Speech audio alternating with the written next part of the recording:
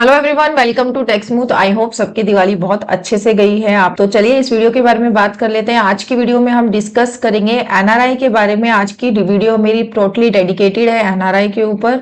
अगर एक NRI India में अपनी प्रॉपर्टी को सेल करने जा रहा है तो उसको क्या क्या टैक्स कंप्लाइंस फॉलो करनी होगी, क्या क्या उसके ऊपर टैक्स कंप्लाइंस है, कैसे वो अपना टैक्स सेव करे, कैसे वो पैसा इंडिया से बाहर ले जा सकता है। इन सब चीजों के बारे में आज मैं इस वीडियो में आपके साथ डिस्कस करूंगी। तो चलिए जल्दी से वीडियो को स्टार्ट कर लेते हैं। देखिए, जब एक एनआरआई अपनी प्रॉपर्टी सेल करने के बारे में सोच रहा होता है इंडिया में, तो उसके माइंड में बहुत सारे क्वेश्चन आते हैं। उसके माइंड में क्वेश्चन आता है कि मेरी प्रॉपर्टी पे कितना टैक्स लगेगा, कितना टैक्स मुझे इंडिया में पे करना पड़ेगा, उस टैक्स को मैं सेव कैसे कर सकता हूँ। और मैंने सुना है इंडिया में अगर मैं प्रॉपर्टी सेल करता हूँ तो मेरा टीडीएस भी डिडक्ट होगा। तो वो कितना अमाउंट मेरा टीडीएस का होगा, क्या मैं उस टीडीएस के अमाउंट को कम कर सकता हूँ, क्या मैं ड्यूरिंग द टैक्स सेविंग, कहते हैं कि अगर सेकंड प्रॉपर्टी परचेज कर लो तो आपको टैक्स नहीं देना पड़ता, तो वो मैं प्रॉपर्टी इंडिया में परचेज करूँ या आउट ऑफ इंडिया परचेज करूँ, मुझे तो इंडिया से बाहर प्रॉपर्टी परचेज करनी है, क्या वो एलिजिबल है। तो ये सब क्वेश्चन एक एनआरआई के माइंड में आते हैं जब भी वो कोई भी प्रॉपर्टी की डीलिंग करने जा रहा होता है इंडिया में। तो वन बाय वन करके इन सब आंसर्स को देख लेते हैं। सबसे पहला क्वेश्चन कि कितना टैक्स एक एनआरआई को पे करना होगा अगर वो इंडिया में अपनी प्रॉपर्टी को सेल करने जा रहा है। तो देखिए, जब आप प्रॉपर्टी को सेल करते हैं तो आपके ऊपर लगता है कैपिटल गेन टैक्स। ये दोनों के ऊपर लगता है, चाहे आप एनआरआई हैं, रेजिडेंट हैं या फिर नॉन रेजिडेंट हैं। ठीक है, अभी मैं इस चीज पे नहीं जा रही कि नॉन रेजिडेंट की डेफिनेशन क्या होती है। जब भी आप कोई प्रॉपर्टी सेल करते हैं, चाहे आप रेजिडेंट हैं चाहे आप नॉन रेजिडेंट हैं, जब भी आप कोई प्रॉपर्टी को सोल्ड आउट करेंगे तो यहाँ पे दो तरीके के आपके ऊपर कैपिटल गेन लग सकते हैं। एक है आपका लॉन्ग टर्म कैपिटल गेन, एक है आपका short term capital gain. Long term capital gain कब अराइज होता है? जब आप प्रॉपर्टी को 2 ईयर्स से ज्यादा के लिए होल्ड करके फिर आप सेल करते हैं। ठीक है, प्रॉपर्टी आप 2 ईयर्स से ज्यादा के लिए होल्ड करके फिर सेल कर रहे हैं। यहां पर प्रॉपर्टी आप लेस देन 2 ईयर्स, आपने प्रॉपर्टी परचेज करी और 2 साल के अंदर अंदर आपने सेल कर दी, तो आपका राइज होता है शॉर्ट टर्म कैपिटल गेन। अगर आपका शॉर्ट टर्म कैपिटल गेन है तो आपको जो टैक्स देना पड़ेगा इंडिया में, दोनों के रेट सेम है, चाहे वो एनआरआई है चाहे वो रेजिडेंट है इस केस में। तो आपके ऊपर जो टैक्स लगेगा, जो भी उस टाइम पे आपकी स्लैब रेट चल रही है उसके अकॉर्डिंग आपको अपना टैक्स पे करना पड़ेगा। स्लैब रेट मतलब अगर इंडिया में अपनी एक स्लैब रेट चलती है जिसके अकॉर्डिंग आपको टैक्स पे करना पड़ता है। जैसे कि हमारी 2 टैक्स रिजीम है, न्यू टैक्स रिजीम है, old tax regime. New tax regime में 3 लाख रुपए तक आपको कोई टैक्स पे करने की जरूरत नहीं होती। 3 से 6 के बीच में आपको 5% पे करना है, 6 से 9 के बीच में आपको 10% पे करना है। तो इस तरीके की हमारी जो है स्लैब रेट चलती है इंडियन टैक्सेशन के अकॉर्डिंग। तो अगर आपकी जो टैक्स है, जो आपकी कैपिटल गेन है, वो शॉर्ट टर्म कैपिटल गेन है और शॉर्ट टर्म कैपिटल गेन में आपको पे करना होगा स्लैब रेट के अकॉर्डिंग। अगर आपका short term capital gain 10 lakh से ऊपर है तो ओल्ड टैक्स रिजीम के अकॉर्डिंग आपको 30% टैक्स पे करना होगा। अगर आपका short term capital gain 15 lakh से अबव है as per new tax regime, तो आपको 30% टैक्स पे करना होगा। तो इन शॉर्ट अगर मैं इसको आंसर दूं तो शॉर्ट टर्म कैपिटल गेन में जो भी टैक्स की लाइबिलिटी है वो आपकी चलती है स्लैब रेट्स के अकॉर्डिंग। और वो डिपेंड करता है कि आप कौन सी टैक्स रिजीम चूज करने जा रहे हैं, न्यू टैक्स रिजीम या फिर ओल्ड टैक्स रिजीम। ठीक है, ये तो हो गया short term capital gain. Long term capital gain जो आपका होता है, लॉन्ग टर्म कैपिटल गेन को भी अब जो है 2 पार्ट्स में डिवाइड कर दिया गया है, पहले नहीं था ये। अब बजट के बाद जब हमारा 23 जुलाई 2024 को बजट आया तो यहाँ पर भी 2 रेट्स कर दिए, क्योंकि लॉन्ग टर्म कैपिटल गेन में एक ड्रास्टिक चेंज लेके आए थे बजट के अंदर। तो यहाँ पर भी 2 आपके रेट्स हैं कि अगर आपने 23 जुलाई 24 से पहले, ठीक है, बिफोर से पहले अगर आपने प्रॉपर्टी सेल करी है तो आपको टैक्स पे करना पड़ेगा 20% tax on long term capital gain with indexation. यहाँ पे आपको इंडेक्सेशन का बेनिफिट मिलता है, मतलब जब आपने प्रॉपर्टी परचेज करी थी तब से लेकर जब आप सेल कर रहे हैं, जब तक हम इंडेक्सेशन बेनिफिट आपको देंगे। फिर उसके बाद जो भी आपकी सेल है उसमें से उसको लेस करके जो अमाउंट आएगा उसके ऊपर हम 20% आपका टैक्स लगाएंगे। ये है आपका अगर आपने प्रॉपर्टी सेल कर दी है 23 जुलाई 24 से पहले। तो इसके ऊपर मैं इतना फोकस नहीं करूंगी क्योंकि अब आप प्रॉपर्टी अगर सेल करने के बारे में सोच रहे हैं तो अब आपकी ये डेट जा चुकी है। ये मैंने आपको बता दिया कि 23 जुलाई से पहले जो है ये रूल हुआ करता था कि आपको 20% टैक्स पे करना होता था विद इंडेक्सेशन। अब जो है आफ्टर, यानी कि अगर आप अब प्लान कर रहे हैं कि आपको प्रॉपर्टी सेल करनी है 23 जुलाई 24 के बाद, अब आपको जो टैक्स पे करना होगा वो पे करना होगा 12.5% विदाउट इंडेक्सेशन। आपको कोई इंडेक्सेशन का बेनिफिट नहीं दिया जाएगा, इसीलिए गवर्नमेंट ने रेट जो है 20% से घटाकर जो है 12.5% कर दिया कि सीधा सीधा आपको जो है पर सेल आपकी जितनी की भी आपने प्रॉपर्टी सेल करी है, लेट सपोज आपने 60 लाख की प्रॉपर्टी सेल करी है, वो प्रॉपर्टी आपने परचेज करी थी मात्र 10 लाख रुपए की, ठीक है, तो 50 लाख रुपीस आपका हो गया लॉन्ग टर्म कैपिटल गेन। तो इसके ऊपर हम लगा देंगे 12.5%, जो भी अमाउंट आएगा उसका उतना आपको पे करना पड़ेगा टैक्स। तो इस तरीके से जो है टैक्स आपका कैलकुलेट होगा लॉन्ग टर्म कैपिटल गेन के अंदर, अगर आपने प्रॉपर्टी बेच रहे हैं 23 जुलाई 24 के बाद। तो अगर आप एक एनआरआई है और आप प्रॉपर्टी 23 जुलाई 24 के बाद बेच रहे हैं, तो आपके ऊपर जो है ये वाला रूल एप्लीकेबल होने वाला है। आपको 12.5% जो है टैक्स पे करना पड़ेगा एलटीसीजी के केस में, और STCG short term capital gain के अकॉर्डिंग जो भी आपका स्लैब रेट चल रहा है, यूजुअली 30% के अंदर ही आते हैं क्योंकि 15 लाख से ऊपर का गेन हो ही जाता है, तो आप उस केस में जो है स्लैब रेट के अकॉर्डिंग अपना टैक्स पे करेंगे। अब यहां पर भी एक चीज और निकल के आती है, एनआरआई और रेजिडेंट दोनों के लिए मैं आपको बताऊंगी क्योंकि इस पॉइंट पे कंफ्यूजन हमेशा रहती है। अगर आप एक रेजिडेंट हैं, ठीक है, अगर आप एक रेजिडेंट टैक्स पेयर हैं, आप एनआरआई नहीं है, तो गवर्नमेंट ने यहां पर आपके पास ऑप्शन दे दिया बजट के बाद। बजट के बाद बहुत ज्यादा इसके ऊपर चर्चा हुई कि आपने तो इंडेक्सेशन बेनिफिट देना बंद कर दिया, रेट कम किया, तो क्या हुआ, आपको इंडेक्सेशन बेनिफिट भी देना चाहिए था, क्योंकि जिनकी प्रॉपर्टी बहुत पहले से परचेज की हुई है उनको इंडेक्सेशन बेनिफिट से ज्यादा बेनिफिट हो रहा था, क्योंकि टैक्स वहां पे उनका कम बन रहा था। ऑल्दो रेट ज्यादा था 20% का, बट वहां पर फिर भी उनको टैक्स कम बन रहा था। तो यहां पर रेजिडेंट टैक्स पेयर के लिए गवर्नमेंट ने रूल निकाला कि आपके पास ऑप्शन है कि आप चाहे तो 23 जुलाई से पहले वाला रेट यानी कि 20% विद इंडेक्सेशन, या फिर 12.5% विदाउट इंडेक्सेशन, जहां पर भी आपको बेनिफिट हो रहा है उसके अकॉर्डिंग आप टैक्स पे कर दो। अगर कि आपकी जो प्रॉपर्टी है वो परचेज की गई है बजट आने से पहले के केस में। लॉन्ग टर्म कैपिटल गेन है तो ऑब्वियस सी बात है मैंने पहले ही परचेज करी होगी, क्योंकि 2 साल से पहले तो मेरा लॉन्ग टर्म कैपिटल गेन में जाता ही नहीं है। तो जो रेजिडेंट इंडिविजुअल्स हैं उनके पास ये ऑप्शन है कि दोनों में से जिसमें भी उनको बेनिफिट होगा, जिसमें टैक्स कम बनेगा, वो उसके अकॉर्डिंग टैक्स पे कर सकते हैं। लेकिन अगर आप एक एनआरआई हैं तो आपके लिए फिक्स्ड कर रखा है कि आपको हम कोई बेनिफिट नहीं देंगे, आपको जो है इसी रूल के अकॉर्डिंग जो है टैक्स पे करना पड़ेगा 12.5% विदाउट इंडेक्सेशन। तो ये बात क्लियर हो गई सबको कि आपको टैक्स कितना पे करना है, सबसे पहले मैंने आपको ये चीज क्लियर कर दी। अब जो सेकेंड क्वेश्चन माइंड में आता है सबके कि चलो टैक्स तो मेरा इतना बन गया, अब मैं इस टैक्स को सेव कैसे करूं। देखिए, टैक्स को सेव करने के लिए एक हमारे पास सेक्शन होता है, सेक्शन 54। ये मैंने आपको बता दिया, आफ्टर बजट आपको 12.5% टैक्स पे करना है विदाउट इंडेक्सेशन, और बजट से पहले आपको 20% करना होता था। बट एनआरआई के केस में कोई आपको स्पेशल एग्जाम्पशन नहीं दी गई है, आपको जो है 12.5% ही पे करना होगा। एसटीसीजी के केस में आपको स्लैब रेट के अकॉर्डिंग चलना है, ठीक है, ये हमने बात पहले ही डिस्कस कर ली। अब है कि आप अपना टैक्स कैसे सेव करेंगे। आप एनआरआई तो जरूर है, बट टैक्स सेव तो हर कोई करना चाहता है कि मैं नहीं चाहती कि मैं एलटीसीजी पे इतना टैक्स पे करूं। तो टैक्स सेव करने के लिए एक जो सेक्शन है वो सेक्शन 54 होता है।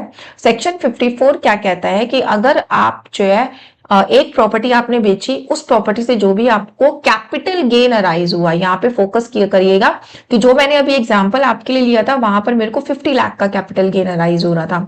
तो जो भी आपको कैपिटल गेन अराइज हो रहा है, अगर उस कैपिटल गेन को आप नेक्स्ट प्रॉपर्टी में इन्वेस्ट कर देते हैं तो आपको जो है कोई भी टैक्स पे करना नहीं पड़ेगा अंडर सेक्शन 54। और मान लीजिए आपने पूरा 50 लाख इन्वेस्ट नहीं करा, पूरा कैपिटल गेन आपने इन्वेस्ट नहीं करा, आपने उसमें से कुछ पोर्शन इन्वेस्ट कर दिया, तो प्रो डाटा बेस पे हम आपको जो है एग्जम्पशन अलाउ करेंगे कि कितना आपने इन्वेस्ट करा है उसकी कैलकुलेशन करेंगे, और जितना आपने छोड़ दिया अमाउंट आपने इन्वेस्ट नहीं किया उतने के ऊपर आपको जो है टैक्स पे करना पड़ेगा। ये कहता है आपका सेक्शन 54। और आपको इन्वेस्टमेंट कब करनी होती है, जब प्रॉपर्टी आपने सोल्ड की है, ठीक है, उसके या तो 1 ईयर पहले, 1 साल पहले आप प्रॉपर्टी परचेज कर लो सेल करने से पहले, या फिर उसके 2 इयर्स बाद।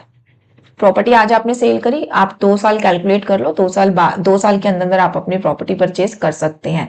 या फिर अगर आप कंस्ट्रक्शन के लिए जा रहे हैं कि आपने प्रॉपर्टी परचेज नहीं करी, आप कंस्ट्रक्ट करा रहे हैं प्रॉपर्टी, तो उस केस में हम जो 3 साल का टाइम पीरियड आपको देते हैं, क्योंकि प्रॉपर्टी को बनने में टाइम लगता है।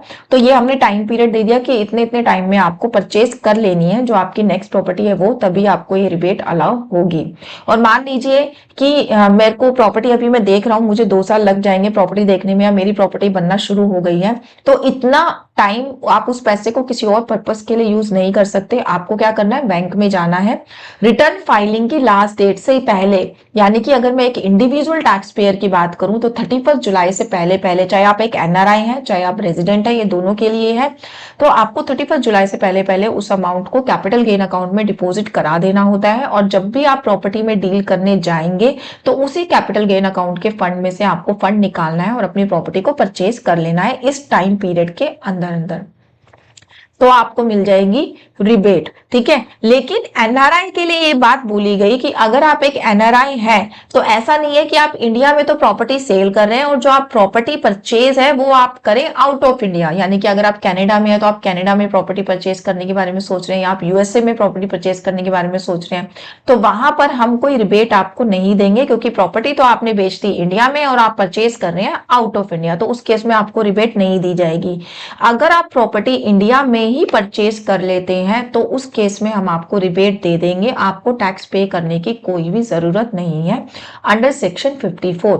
सेक्शन 54 में साफ साफ ये बात की गई, to avail yourself for this exemption you must invest in a house property in India. आपको कहां इन्वेस्ट करना है, इंडिया में इन्वेस्ट करना है।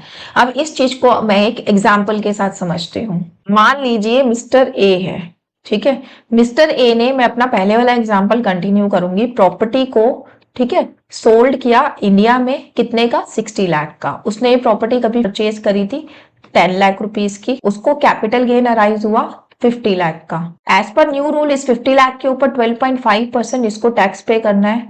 ठीक है, अब मिस्टर ए इस टैक्स को पे नहीं करना चाहता तो उसको क्या करना पड़ेगा, इस पूरे 50 लाख को, उसको 60 लाख इन्वेस्ट करने की जरूरत नहीं है, क्योंकि 60 लाख इसकी सेल कंसीडरेशन है, हमें सिर्फ और सिर्फ कैपिटल गेन को ही इन्वेस्ट करना होता है अगर आप रिबेट लेना चाहते हो तो 50 लाख रुपीस को उसको इन्वेस्ट करना होगा इंडिया में प्रॉपर्टी परचेज कर। वो क्या कर सकता है, ऐसा कर सकता है कि 50 लाख रुपीस की तो इंडिया में उसने प्रॉपर्टी परचेज कर ली, और जो 60 में से उसके पास 10 लाख रुपीस बचे हैं, वो उस 10 लाख रुपीस को जैसे मर्जी यूज करे, वो उसको इंडिया से बाहर लेके जाना चाहता है, इंडिया से बाहर प्रॉपर्टी परचेज करना चाहता है तो वो इंडिया से बाहर परचेज कर सकता है। वो इंडिया से बाहर किसी और पर्पस के लिए इन्वेस्टमेंट करना चाहता है तो वो कर सकता है, क्योंकि अब उसका जो ये 60 लाख रुपीस है वो टैक्स पेड मनी है। ऑल्दो उसने टैक्स सेव कर लिया इंडिया में इसके प्रॉपर्टी को परचेज कर, बट अब वो टैक्स पेड मनी है, उस रिमेनिंग 10 लाख रुपीस को वो जहां मन करे वहां पे यूज कर सकता है, आइदर इन इंडिया और आउटसाइड इंडिया। तो ये पॉइंट भी क्लियर हो गया सबको। ये तो मैंने छोटा सा एग्जांपल लिया था।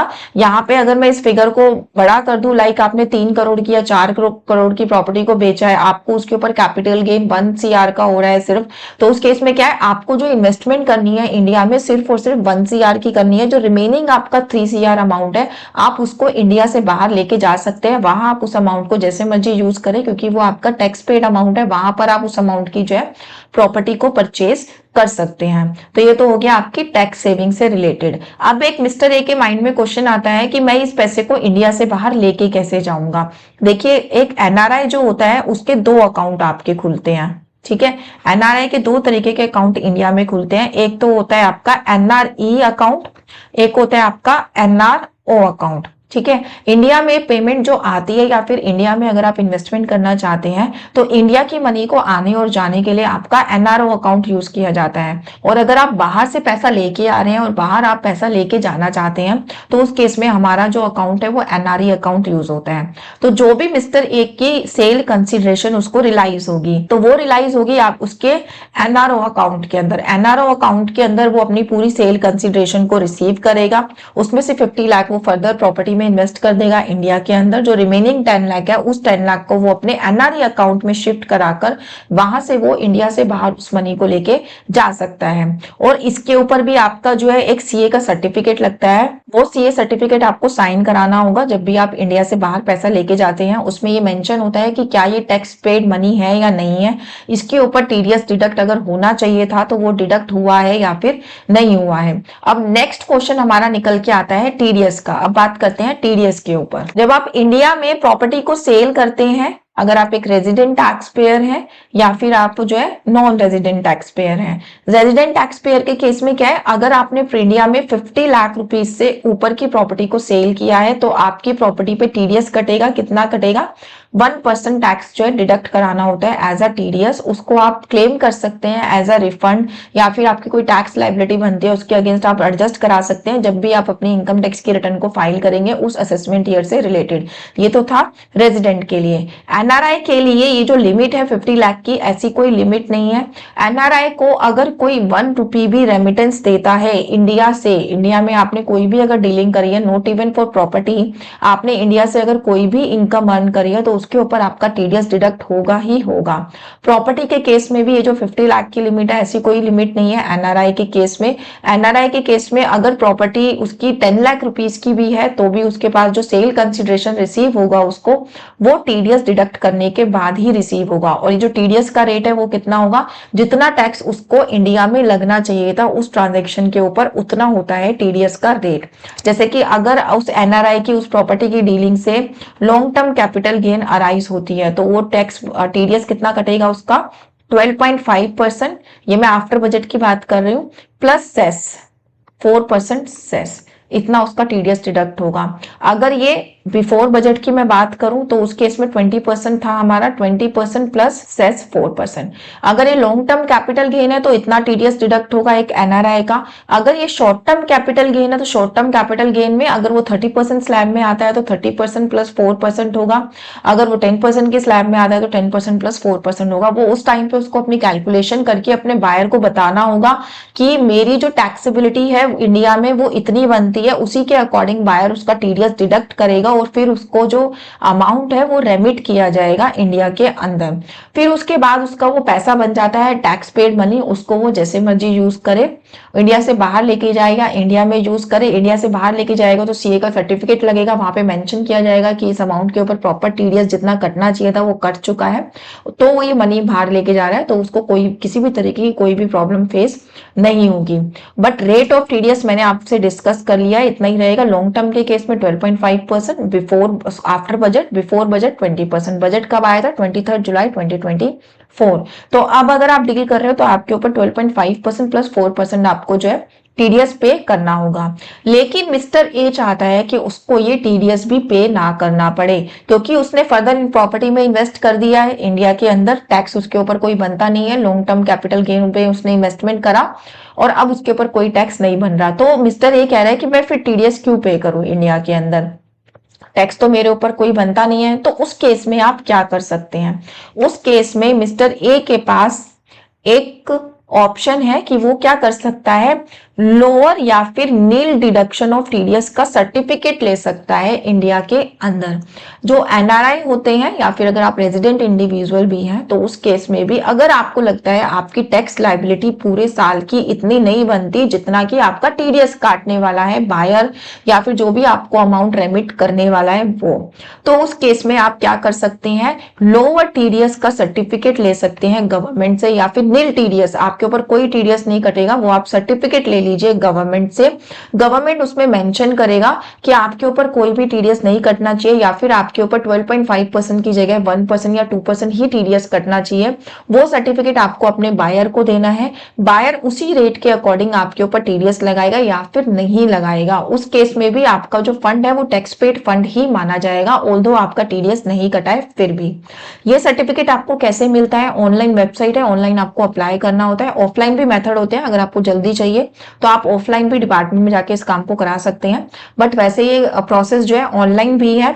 इसमें जो है आपका मिनिमम 30 डेज का टाइम तो आपको लग जाता है। अगर आप इसको तेजी से चाहते हैं कि आपको मिल जाए तो आप ऑफलाइन डिपार्टमेंट में जाके कराइए, तो भी आपको 15 डेज तो लग जाएंगे सर्टिफिकेट इन हैंड रिसीव होने में। सर्टिफिकेट आपको कैसे रिसीव होगा? सर्टिफिकेट में आपको पूरे साल की आपकी जो भी एक्सपेक्टेड इनकम है इंडिया से, वो सब आपको मेंशन करनी होगी कि मेरी जो सोर्स ऑफ इनकम है इंडिया से ये सब है, इसके ऊपर टैक्स की लाइबिलिटी नहीं बनती है, या इसके ऊपर टैक्स की लाइबिलिटी जो है बहुत मिनिमल अमाउंट की बनती है, तो मेरा टीडीएस इतना नहीं काटा जाना चाहिए। उसके अकॉर्डिंग गवर्नमेंट डिसाइड करता है कि आपका टीडीएस कितना परसेंट होना चाहिए। वो परसेंटेज आपके सर्टिफिकेट में लिख के आती है कि अब आपको टीडीएस 12.5 या फिर 20% पे नहीं करना, आपको जस्ट 1% या 2% ही पे करना है।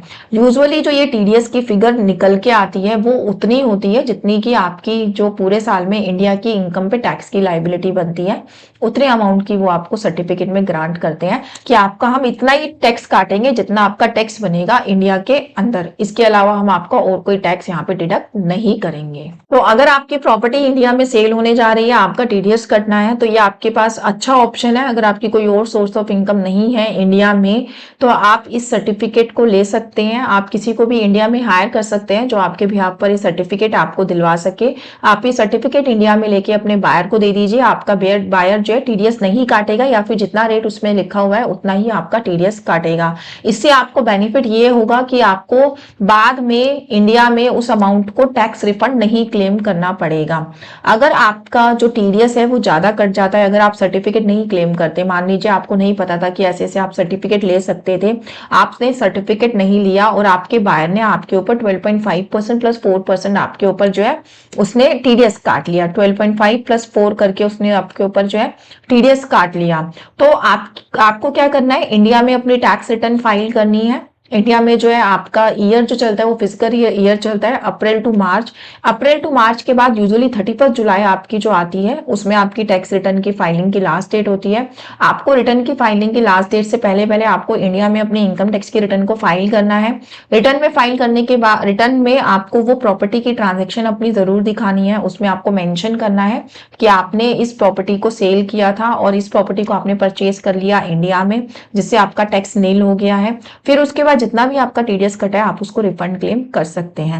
इन केस अगर आपने प्रॉपर्टी इंडिया में परचेज नहीं करी है, तो आपकी जितनी भी टैक्स लाइबिलिटी बन रही होगी उस कैपिटल गेन में, उसके अगेंस्ट इस टीडीएस को एडजस्ट कर लिया जाएगा और आपकी जो भी और टैक्स लाइबिलिटी बन रही है वो आपको पे करनी पड़ेगी, या फिर जो आपका रिफंड बन रहा है वो आपको रिफंड ग्रांट कर दिया जाएगा। तो ये पूरा प्रोसेस होता है एक एनआरआई के लिए अगर आप प्रॉपर्टी सेल करने जा रहे हैं इंडिया में। आई होप मैंने सारे क्वेरीज इसमें जो है जो मेरे पास डे टू डे बेसिस पर आती हैं वो मैंने सारी कवर कर दी है। स्टिल अगर आपको कोई क्वेरी है तो आप वीडियो के नीचे कमेंट बॉक्स में मेरे से डाल के पूछ सकते हैं। और अगर आप इस तरीके की सर्विसेज हमसे अवेल करना चाहते हैं तो नीचे वीडियो के नीचे कॉन्टैक्ट डिटेल्स दी गई हैं, आप वहां पे हमसे कॉन्टैक्ट कर सकते हैं। अगर आप एक एनआरआई हैं और आपको मान लीजिए आप इंडिया में प्रॉपर्टी नहीं सेल करने जा रहे हैं, बट फिर भी इंडिया से आपको कोई रेंटल इनकम हो रही है या इंटरेस्ट इनकम हो रही है जो इतनी नहीं होती कि जिसके ऊपर आपको टैक्स पे करना पड़े इंडिया में, और फिर भी आपका टीडीएस काट रहा है आपका टेनेंट, तो उस केस में भी आप लोअर टीडीएस का सर्टिफिकेट ले सकते हैं गवर्नमेंट से। ये हर फिजिकल ईयर के लिए अलग सर्टिफिकेट आपका होता है। एक बार आपका सर्टिफिकेट में जो एक्सपेंस होगा वो होगा, उसके बाद आपको कोई भी टीडीएस डिडक्ट नहीं होगा उस ट्रांजेक्शन के ऊपर, या फिर कम टीडीएस आपको पे करना पड़ेगा जितनी आपकी लाइबिलिटी बनती है इंडिया में। तो अननेसेसरी आप पहले पैसा दें फिर रिफंड क्लेम करें तो उसका कोई लॉजिक नहीं है। आप चाहें तो अभी अपना लोन सर्टिफिकेट अप्लाई कर सकते हैं। So thank you so much watching this video. अगर वीडियो से रिलेटेड कोई भी क्वेरी है तो कमेंट बॉक्स में डाल के पूछ लीजिए। मैं पूरी कोशिश करती हूँ कि आपकी सारी क्वेरीज का आंसर दूं। Thank you so much watching this video. Bye bye, take care.